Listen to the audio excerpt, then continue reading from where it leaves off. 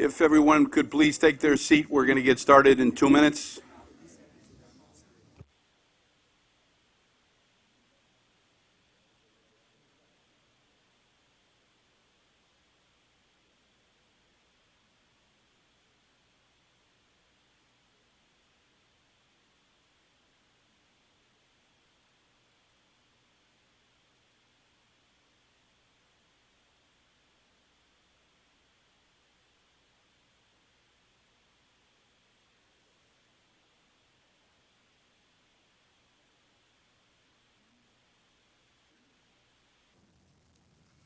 Good morning, everyone.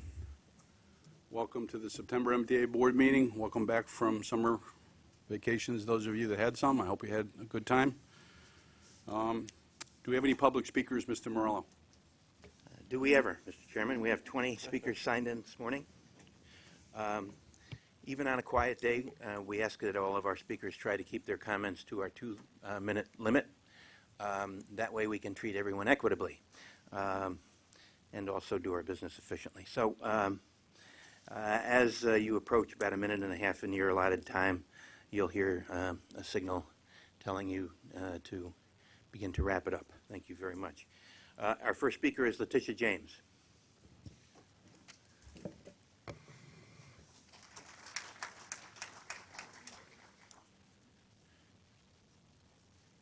Good morning. Board members of the MTA, I thank you for the opportunity to address the board to discuss important concerns related to the MTA's $152 million contract with North Carolina-based Global Contract Services in the Accessoride Call Center. As public advocate, I'm here because unfortunately many of the concerns raised to the board have failed to be addressed. Over the past few months, both I and representatives from my office have met with the Transport Workers Union to hear complaints about low wages, wage theft, unjust terminations, and working conditions at the GCS call center in Long Island City, which is staffed primarily by people of color, and most of them are women. Based on these conversations, it appears that GCS and the MTA are not doing enough to protect workers, and thus the public is being poorly served. It is my understanding that up until GCS took over the call center, the turnover rate for workers was around 5 to 10%, the industry norm. Since then, the rate has tripled to about 30 to 35%. Accessoride's total pool of call center workers has shrunk from 678 before GCS took over to a present level of around 600. We also understand that these workers are being fired for undocumented allegations of tardiness and for absences that should have been covered under the sick leave laws of New York City. Additionally, the company does not appear to be making good on its promises to the city or its workers. In their initial bid for the Accessoride contract, GCS promised to pay higher wages with yearly increases. The workers' pay stubs show that they are being hired at a lower initial pay scale, between $11 to $9, and are not getting any yearly increases. There are workers who receive $12.25, but the majority of the workforce is paid between $9 and $11.25 per hour, not a salary that can bring any of these hardworking New Yorkers to the middle class. I'm also dismayed by the MTA's failure to address allegations concerning patterns of discrimination and terminations. TWU has documented a pattern of workers being let go on the 89th day of employment, on the day before they're eligible to receive medical insurance. And they have said that workers have been terminated for supporting union organizing. TWU has noted a pattern of workers being fired right after they left union meetings. This has been true both here before, and the union has certified this as the case. GCS has a history of engaging in poor practices, has a high rate of outsourcing and offshoring, often while under contract. And GCS used to run 13 call centers in the United States. Now the number is down to 8. 3 of these centers were closed down mid-contract. For example, one of their centers in Pittsfield, Maine, closed down the week that negotiations with Local 100 began. Many of these centers service government programs and also promised to create jobs in the area and failed. Its affiliate GCS Agents is an industry that does not offer offshoring advice, and it appears on GSA's website. Accessoride is a vital service for many of our most vulnerable New Yorkers, and as evident by the customers represented today, they deserve better transport services. These workers, many of them hardworking women, deserve fair wages that will bring them up to the middle class so that they can support their families. Their civil rights must be respected, and GCS must stop these unfair terminations. I therefore urge the MTA to investigate and correct the wrongs, and I urge that you do it today on a very historic day, a day where the Pope has come to visit our city and is recognizing that we really need to address income inequality and lift all individuals out of poverty. And I hope that you would rise to his call and rise to the call of the city as well as to this public advocate and investigate GCS so that we can have a more transparent and correctable and accountable assessor ride system. I thank you for this opportunity, and I thank you for allowing me to go over my 2 minutes. Thank you. Thank you very much, Ms. James. Next speaker is George Hekalis. He'll be followed by Joanna Jenkins. Mr. Hekalis? I know he's here someplace. Okay, here we go.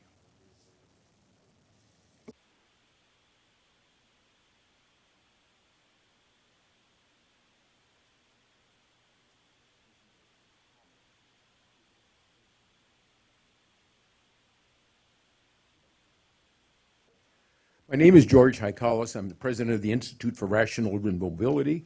IRM urges MTA to halt construction of its deep cavern station for the Long Island Railroad East Side access and instead move quickly to advance a plan to link the 63rd Street tunnels to 5 existing platform tracks at Grand Central that lead to the upper level loop.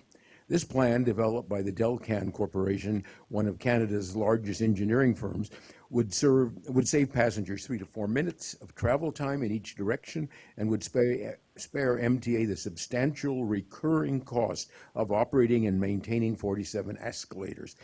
It avoids the risk of placing as many as 8,000 passengers in a deep cavern terminal 151 feet below Park Avenue in the event of a fire or terrorist attacks. Using the upper level for Long Island Railroad access greatly enhances the value of East Midtown property compared to the deep cavern. IRM also urges MTA to drop its costly new yard for midday storage of rail cars in Sunnyside, Queens. Reconfiguring the 3 commuter rail lines serving the New York, New Jersey, Connecticut metropolitan area into a coordinated regional rail system with frequent service, integrated fares, and through running would greatly increase the value of MTA's real estate holdings in East Midtown and Long Island City. Thank you. Joanna Jenkins. Ms. Jenkins will be followed by Patricia Edwards, and accompanied by others.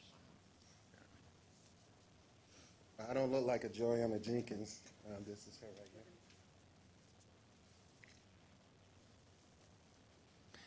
Do you all intend to speak? All right, my name is Robert, and I'm representing GCS. Good morning, MTA board members, Mr. Pendergast. We would like to know what is the code for doing business in New York City. We believe any company that bid to do business in New York City should treat the workforce with honor, respect, decency, and fairness. I want to deal with fairness because without fairness, decency, respect, and honor would not be a factor. What is not fair?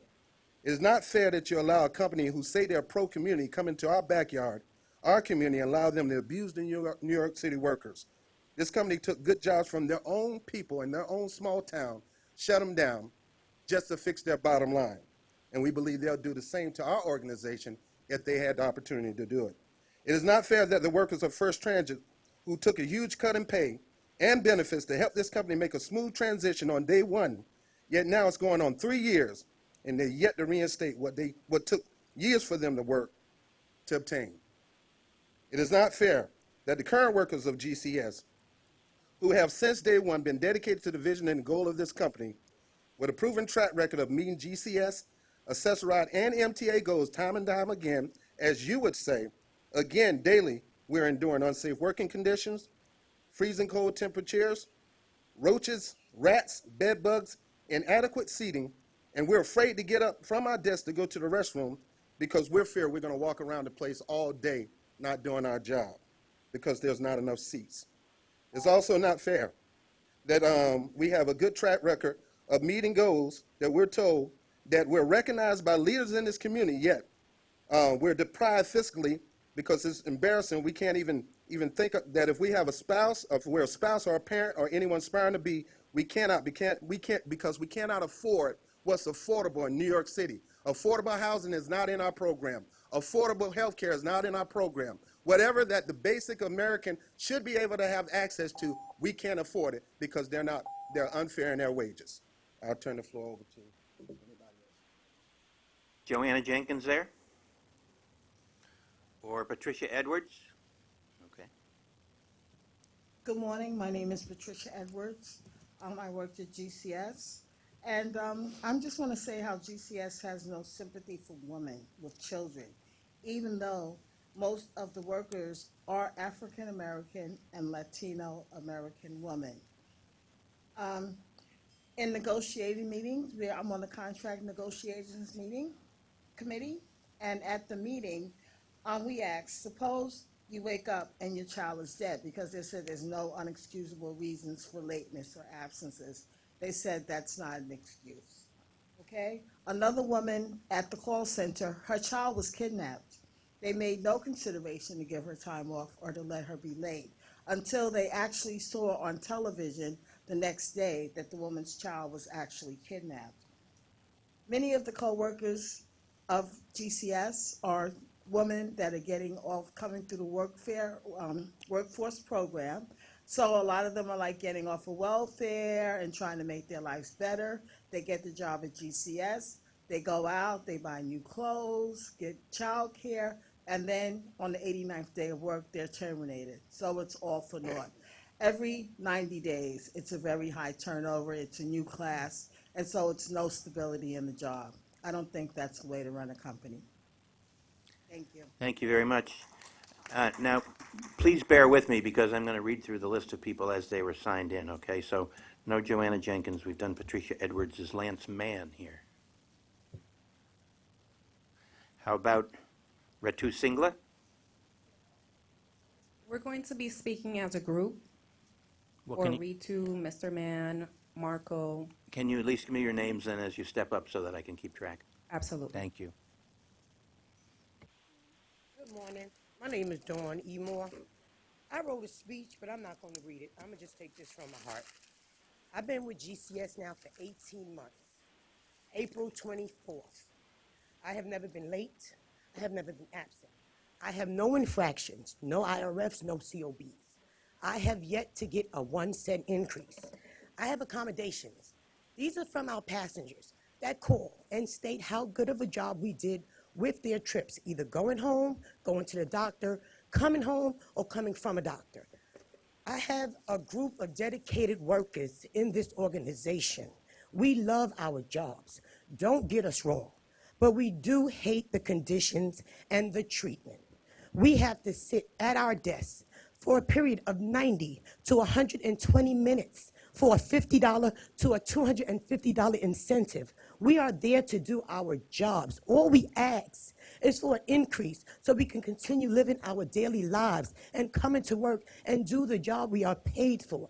You don't have to give us an incentive for the job we are already going to do. It's just sad. We have people getting bit by spiders, bed bugs, going out sick. Me, myself, had a slip and fall. They took my 9 hours sick because I was unable to come to work for their negligence. Again, I have never been late, never been absent. I love what I do. We just want to be treated fairly. That is all. I don't need 2 minutes. Thank you so much. Thank you. So who will be next? Hi, my name is Judy Myers. I'm going to talk about my transition from First Transit to GCS. The scheduling system and seating allegations causing havoc to the floor. Disciplines being issued due to GCS management style. Internationally exploiting workers for their and MTA benefits. We are human beings and we deserve to be treated with respect. That's all we ask. Thank you. Next. Good morning. My name is Esther Mota, and I have been with GCS for nearly 3 years.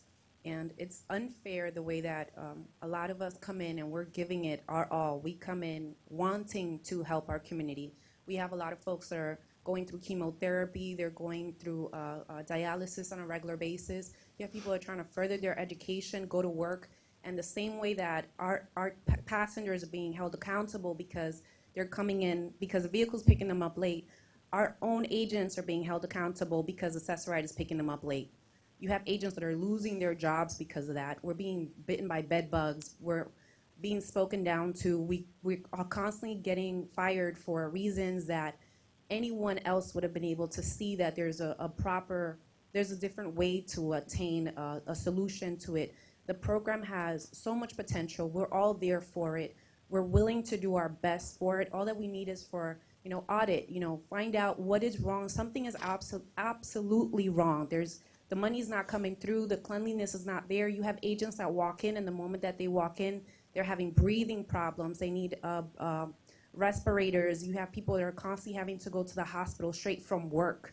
You have a lot of allergic reactions and hives. Something is obviously wrong in the environment. We all want to be there. We don't want to cancel out the program. We just want to help it grow into a better system. We want to work with our clients whenever we try to help people and tell them, the setbacks of the program and how we can make it better. That's also held against us. We can't tell someone that we don't have enough vehicles. That's why you just had to wait 2 hours and 15 minutes when you just left chemotherapy. That's held against us. We can't be truthful with just to be able to help passengers. We can't help each other sometimes because that might end up putting one of us in jeopardy. Even when it comes to having a seat, you have so many people on the floor and much less number of seats. No one's trying to steal time. Everyone's trying to work.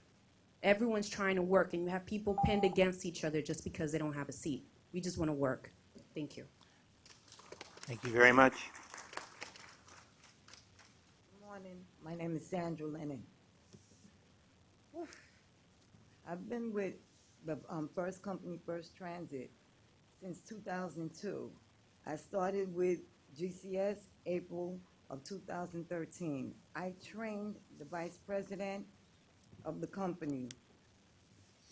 I am 67 years old. I took a pay cut, but the reason why I stayed was because I figured at my age I would not be hired by any other company. I was one of their star agents.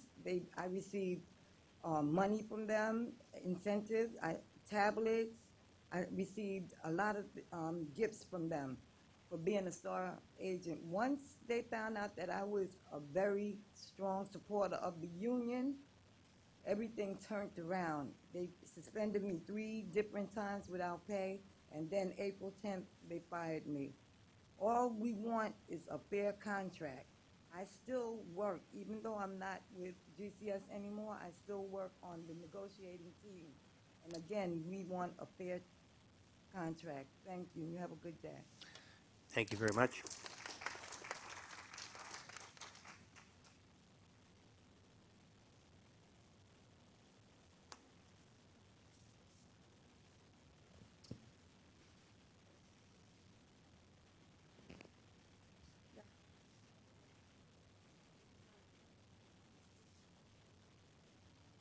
Get a remote.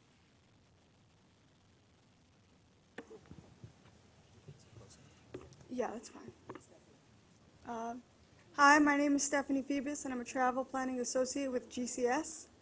I recently started working at GCS of January 5th of 2015.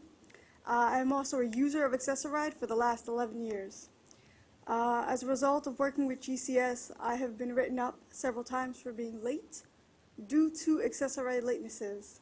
I was told that because your Accessoride is late, that does not excuse you from being late. That's 2 write-ups. If you get 5 in 1 year after you're off probation, you're done. Recently, this past winter, when it snowed, I could not get out of my building and was unable to make it to work, so I called out and let them know 3 hours before my shift started that I would not be able to get to work due to snow. I was told that that is not an excuse. You are still to be here. If your Accessoride could make it to your building, you are to get on the vehicle and make it to work. And that because it snowed, the floor manager, explained to me herself that even though it snowed, she still managed to make it out of her building and come to work. At that point, I told her, with all due respect, you are not in a wheelchair, and I am not going to burn out my batteries trying to get through snow if they can't even put the lift down to get you up. These are some of the things that we face as a person who uses Access-a-Ride and knows that you have to wait 30 minutes for any traffic or delays. I'm now making sure that I am at work 3 hours before my scheduled pickup time. And even then, they don't even let you start. You don't get a thank you. It's just, you're just expected to be here and wait. You get written up whether your Access-a-Ride is late or not, and it's unfair. It's not right, because Access-a-Ride is notorious for being late. You have to do everything in your power to be sure that you're there, just so that you don't get written up, so you don't lose your job. That's all I have to say. Thank you very much.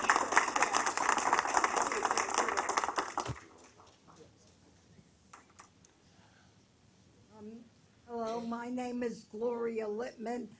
I've been with Access-a-Ride Company for almost 10 years, 2.5 years with GCS and then with First Transit. I was fired 2 months ago because I was late, because of Access-a-Ride picked me up late.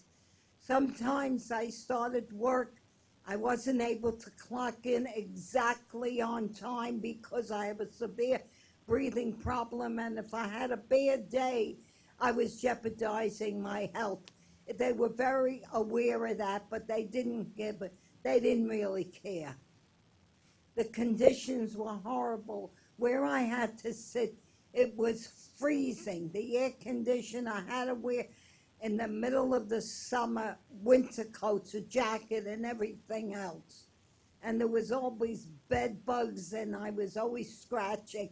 I had a supervisor next to me that I went through terrible harassment. We were told to read a script, and if I read the script one line out of contents, he would abuse me beyond control. I made very few errors. I'm not saying I'm perfect. I got a lot of accommodations. A lot of the clients told me they were happy to see an older woman working. I tried to do my best. I wanted to still stay with Access-a-Ride Company. As long as I had transportation, I was willing to work, but they took that opportunity away from me. And I'm trying, hoping to get back to Access-a-Ride to work. Thank you. Thanks, Ms. Lippman. Can I return to the list for a moment here and check on where we stand, please? Retu Singler, present, going to speak? Okay. Edwin Guzman, present, plan to speak? Let me see here. Ms. Lippman, Ms. Fibis. How about Svetlana Cruz? No? Nancy Martinez? Edwin Guzman?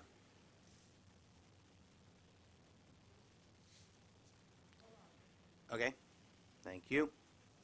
Edwin Guzman?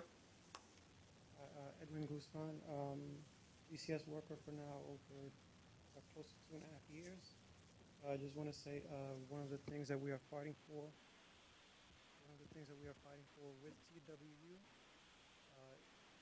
is an increase in pay. We believe that if we do 2 jobs, we should be paid more. Initially, we were doing reservations. GCS took over.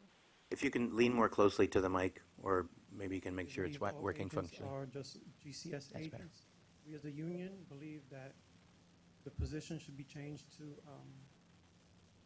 reservations and travel services and hybrid agents, and that hybrid agents should be paid more.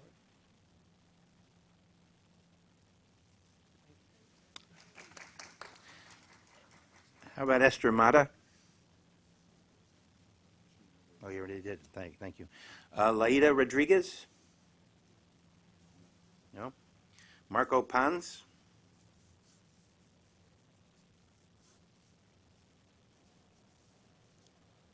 Hello, my name is Marco Pons. I've been with GCS for 2 years now, almost 2 years. I came in, I don't know about First Transit and how they operated, but GCS is not a company I worked for as far as like my work history that would be acceptable for people like yourselves to work in an environment like this. like everybody mentioned here, it's cold. It's summertime. You have to wear blankets and sweaters, whatnot, bed bugs. No seats. And if you're walking around, they frown on you because it looks like you're not trying to work.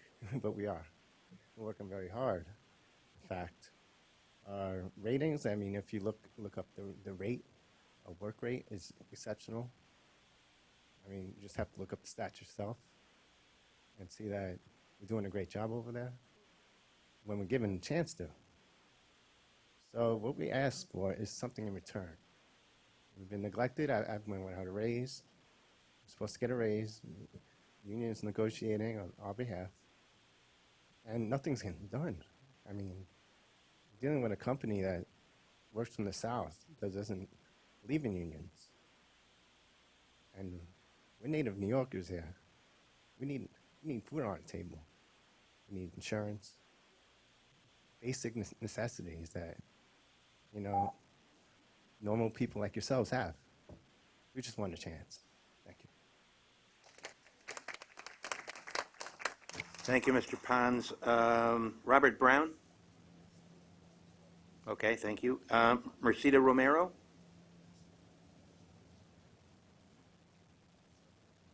No? John Samuelson?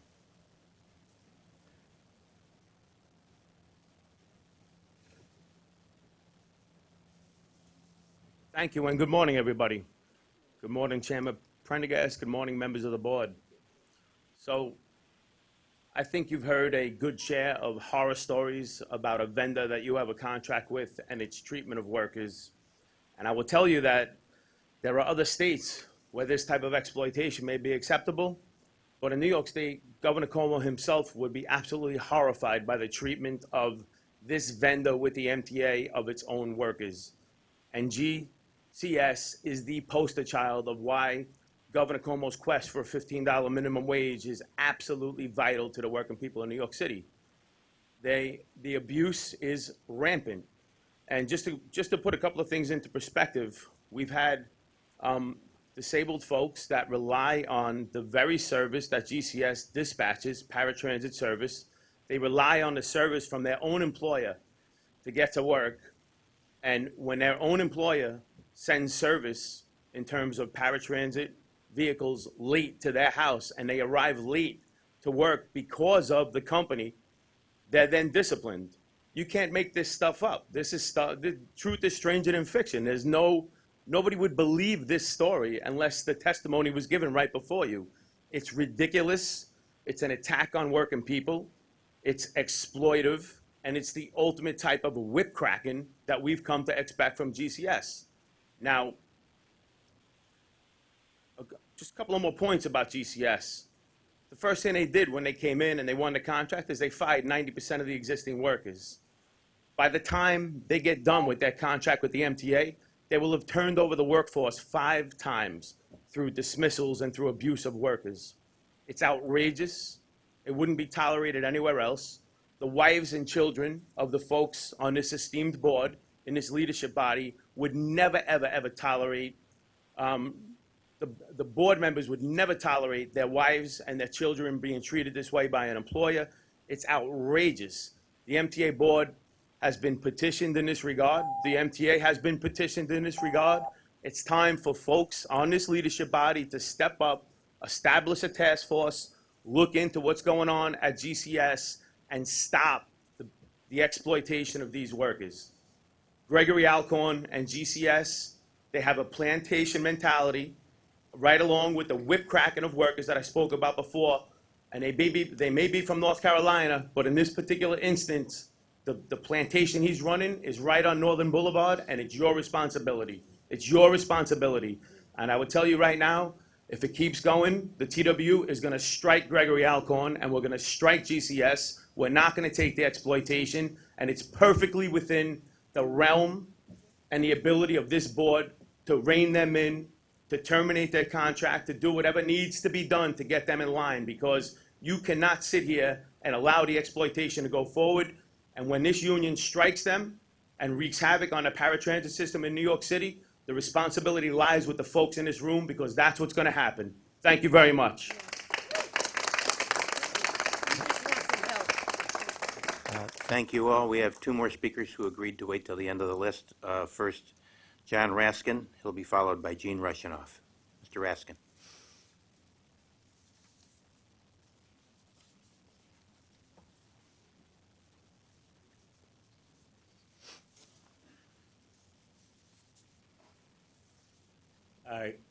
Good morning, members of the board. I'm John Raskin. I'm the executive director of the Riders Alliance. We have a joint statement from the Riders Alliance, from the Strap Hangers campaign, and also from the Tri-State Transportation campaign. We're here with a clear message to Governor Cuomo and to Mayor de Blasio from your millions of bus, rail, and subway riding constituents. The message is you should move swiftly to finance the outstanding almost $11 billion gap in the MTA 5-year capital program. There have been 7 MTA capital programs since 1982, raising more than $100 billion to buy thousands of subway cars, buses, commuter trains, fix stations, and replace miles of signals and track. New technology has made commuting more bearable with the introduction of the Metro card, with satellite tracking of buses, with displays of arrival times. But this pending capital program is the most delayed a capital program has ever been. It is so tardy it runs the risk of becoming known as the C-train of MTA capital programs. You could tell Gene added that line. Now, why this sorry state of affairs? There's sufficient blame and credit to go around for decades. But like many riders, we want New York to get a better transit system, not to settle scores. Overall, despite many challenges, our groups believe transit riders might see some relief ahead and an end to the stalemate between the city and state over who must contribute. Governor Cuomo has proposed that the state commit $8.3 billion and that the city contribute $3.2 billion. 8.3 and 3.2. Last week, the governor further committed that the MTA's $8.3 billion contribution would come from general state revenues and that the MTA would not take on additional debt. These are important conditions to follow through on.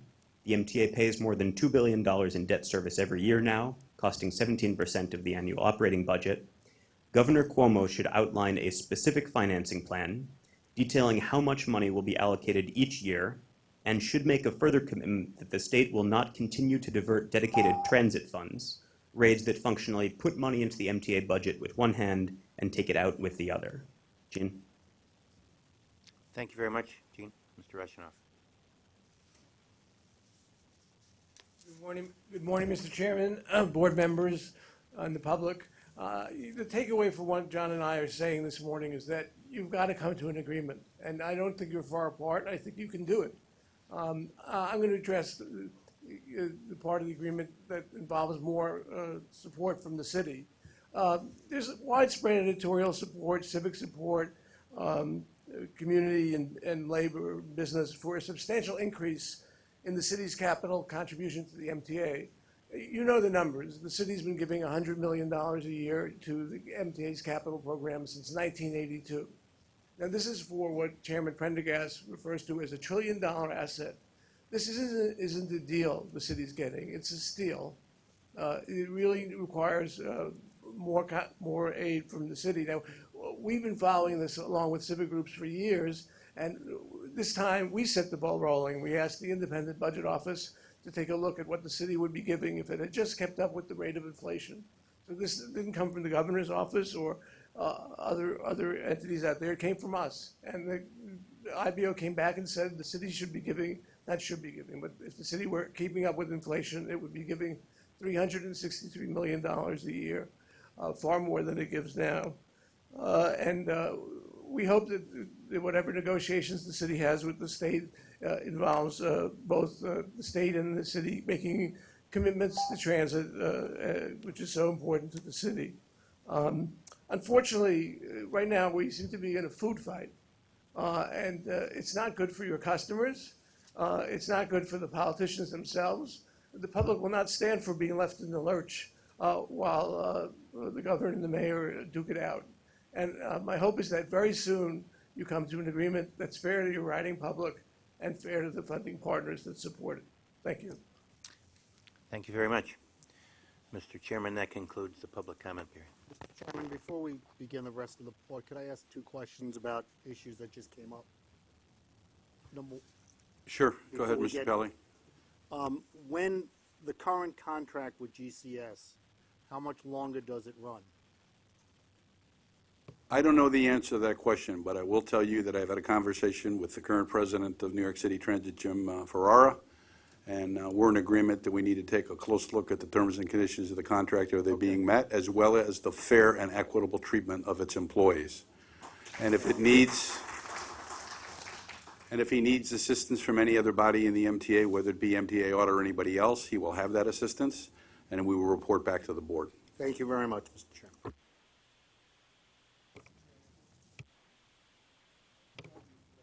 Those comments. I think you can hear me. I'm told I got a big mouth.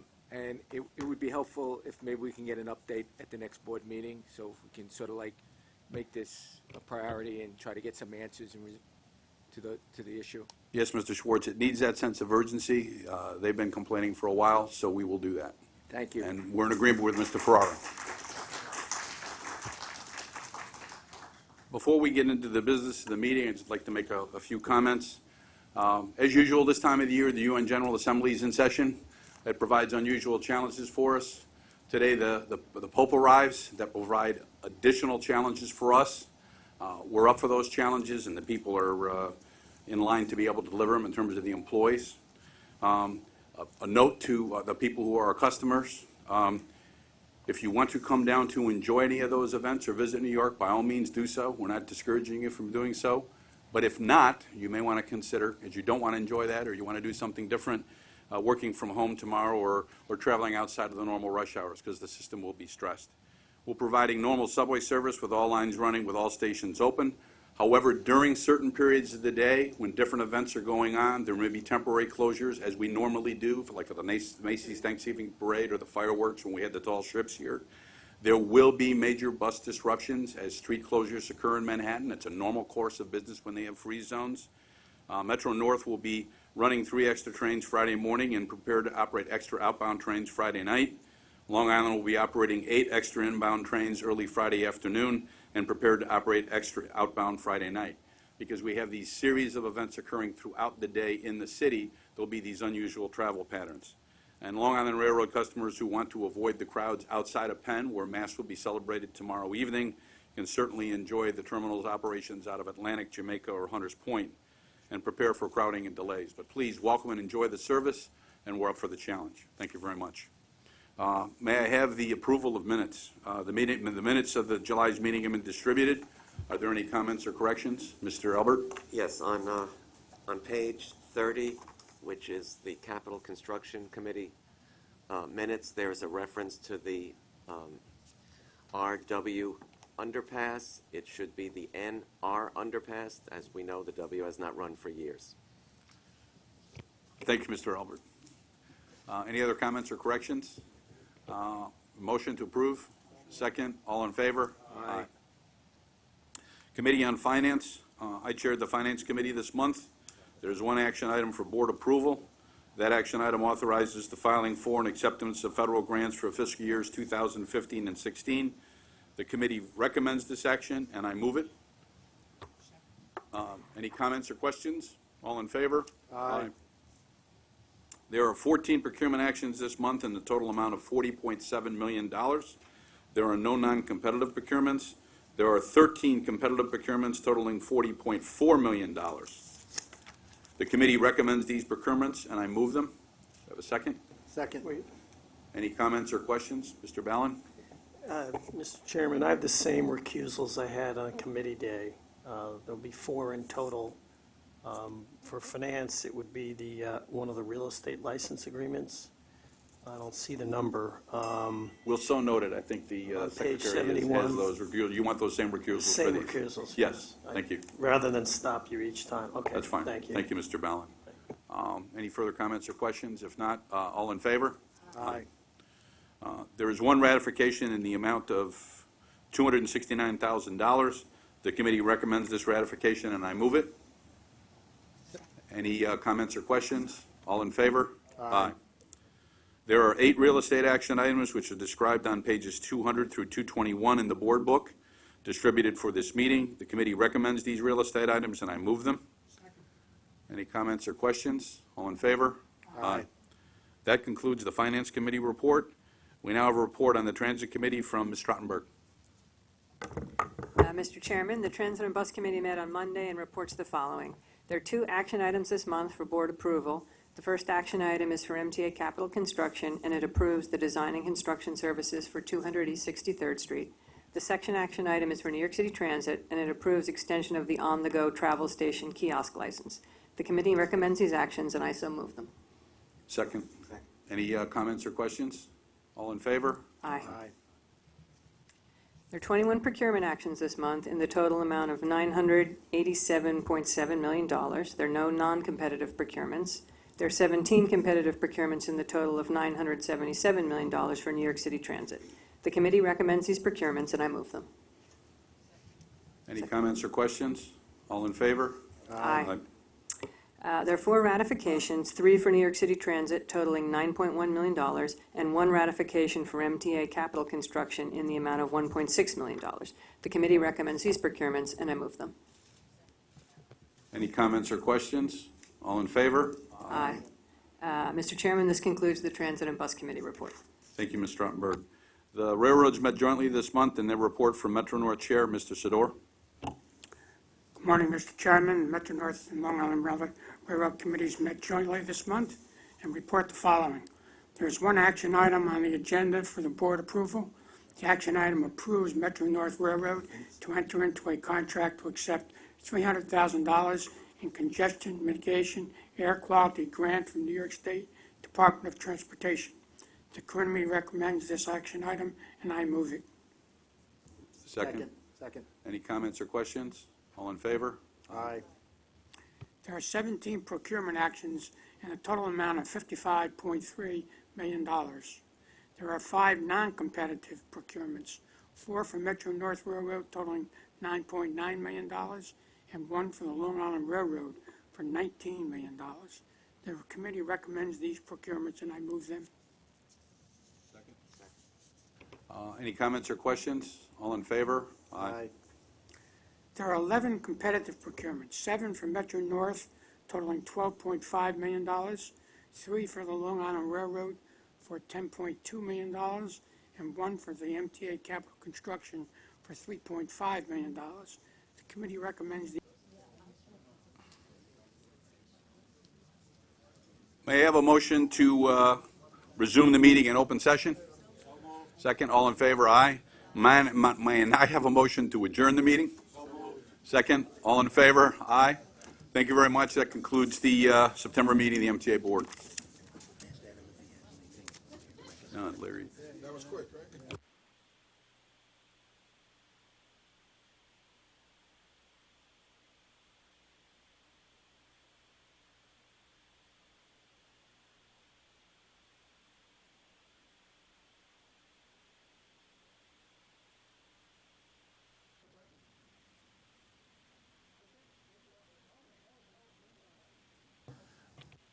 Doesn't look like Michael Horednich, So I heard talks about potential funding options for Staten Island's North Shore Bus Rapid Transit project. I was wondering if you could talk about where that project fits on MTA's agenda, if there are potential funding options and what avenues you might be exploring. There have been discussions on the importance of a North Shore busway. They go back to the days of the resiliency discussion after Hurricane Sandy. They've been part of the discussions with the Assembly and the Senate. It's a busway that would help improve bus flow on the island to the ferry. And in the next capital program, if it would be part of it, would be for design and property acquisition. So that's part of the discussion.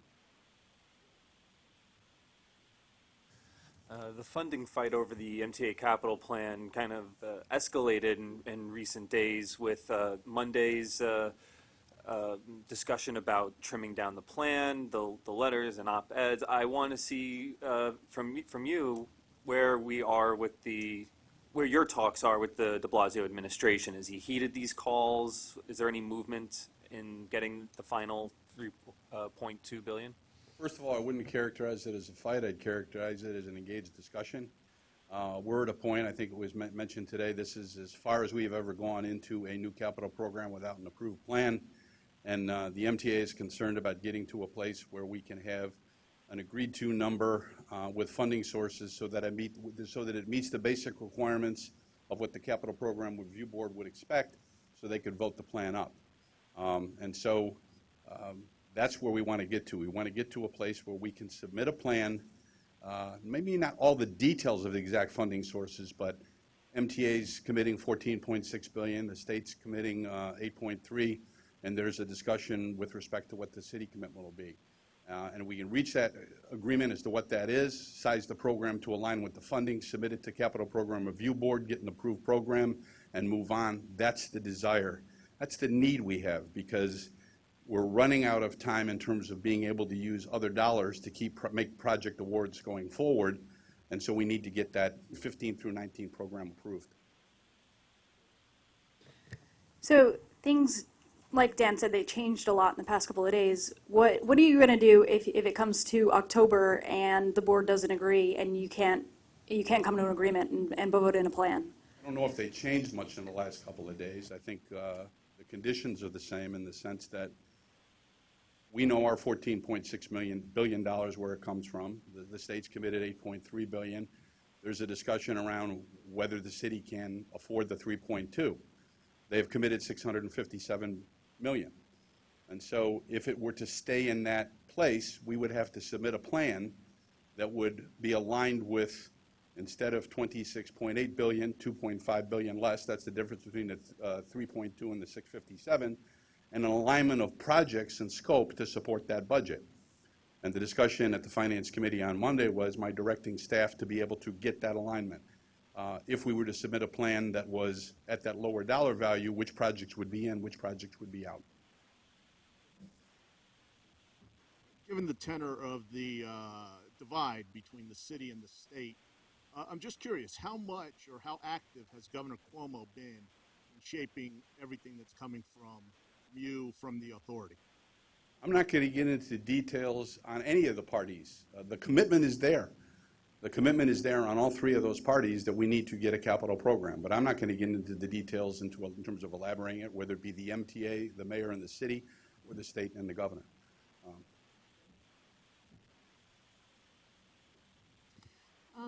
You said a few minutes ago that you wanted to refer to it as a discussion, not a fight. But you've said several times in the past couple of weeks that your level of frustration is increasing. And Monday's Finance Committee meeting seemed to be a symptom of that. Are you going to continue to threaten to pare city programs out of the capital program budget, or are you going to look at it holistically? Your use of the term threaten, it's certainly not my use of the term threaten. The MTA cannot submit a plan for CPRB to consider that is out of alignment with respect to what the scope of the ask is versus the funding.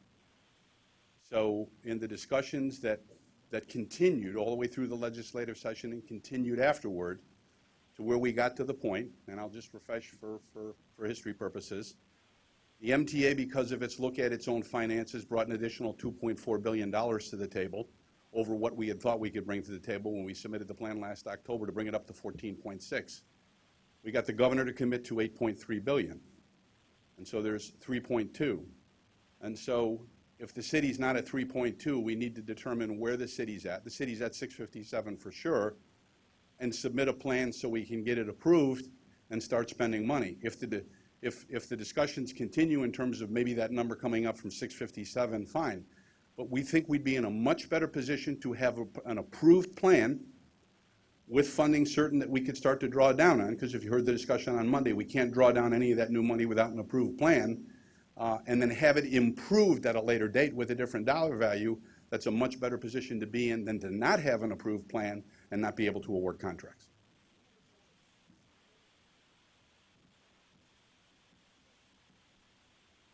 When there is the Metro-North derailment, the MTA didn't politicize the Fed's contribution to positive train control. So I was wondering what made you want to politicize the derailment in Brooklyn, so soon after it happened. If your characterization is that I politicized it, I'm not going to tell you what your perception is. That's your perception. That wasn't my intent. We are responsible. The MTA is responsible and accountable for all of its services, all of the safety and reliability of the system. And in the press release that I issued, I stated that. I was also airing in terms of AIR, a level of frustration about an inability to get a capital program. There are things that the public sees every day. They see cars, they see track, they see stations. The physical infrastructure, you may see elevated structure, but you don't see subway structure. There's $900 million, I believe, in the 15 through 19 plan for line structures for New York City Transit. That's subway structures. The bench wall that failed and contributed to the derailment, and that incident is still under investigation, is an area that we need to be able to deal with across the system. So that was the frustration, but in no way, shape, or form was I trying to politicize that issue. Since this capital plan's been delayed the longest so far, and assuming you or the board approves a capital plan at the end of next month, will be, what, 10 months into the year, and you've got a big chunk of commitments scheduled for 2015. What projects can you point to now whose delays have been the most worrisome to you, and whose potential delays are also most worrisome, and how are riders going to see this or not? I can't give you an exhaustive list. I remember and know a lot of stuff, but not that much. I can tell you a couple that come to mind. There are some very large East Side Access Award contract awards that need to be made, and the delay in the awarding of those don't necessarily result in a day-for-day delay. They may be, you know, if we delay by a month, it may increase it by 3 months or 6 months. And we've got this date of 2022 out there to complete that. I believe it's 2022. So we want to complete that project. We want to get that project up and running. The fare payment system is another. That's a very important system that the customers are going to see a much better benefit across all aspects of the services we provide. And it's a very complicated systems engineering procurement. So those are examples of ones that are big ones that we would delay unless we have a capital program and the funding available to be able to award. Are there any state of good repairs? Pardon me? Are there any state of good repair projects that you're concerned about? No, the East Side Access is new construction. It's system expansion. The new fare payment system is a combination of state of good repair and enhancement, because we're replacing the MetroCard system, which is now reaching the end of its, reaching the end of its useful life. It's not quite there now, but it will provide an enhancement on the system in terms of an enhanced level and quality of an ability for people to buy fare media across the network. So it's a combination of state of good repair and enhancement. After the discussion at the Finance Committee meeting, you're going to have your staff prepare this plan. Is it going to be focused on the city? Would there potentially be two options the board could vote on, one with city cuts, one with regional cuts? What's going to happen in next month's board meeting? First of all, we're in uncharted waters. We've never been in this place before. We've never been in this place before, 10 months into a year. We've normally had programs closed and an understanding of what the scope and size of the program is. The last time, funding not certain for the full program, but we've had them by June or July. So we're in a place, time-wise, we've never been before. What gets difficult in terms of staff coming up with ways to either make up for $2.5 billion or some subset thereof is where do those cuts get made? And how does that get made? And how we structure that from a standpoint of the job of the agency and me in my chief executive officer role is to come up with recommendations, bring to the board for the board to take action on, not for the board to do all the analysis and come to their own conclusions. So in a literal sense, I'm struggling with the best way to be able to show those and how we can have an informed decision-making process to decide where those cuts should occur. At the same time, throughout this whole process of negotiation through the legislative session and after, there was dialogue with the principals who ultimately will have to approve the program. So that's the majority leader of the Senate and his representatives, the Speaker of the Assembly and his representatives, the city, and the people that represent the chamber, the second floor. And there are some understandings and agreements that were predicated on this 14.6, 8.3, and 3.2, that if we go back and reopen those doors, it's a different place to be. And that's some of the sense of the frustration. And we need to get to a point where the board can vote on a program that we can give to the Capital Program Review Board that meets those basic tenets of scope being aligned with funding.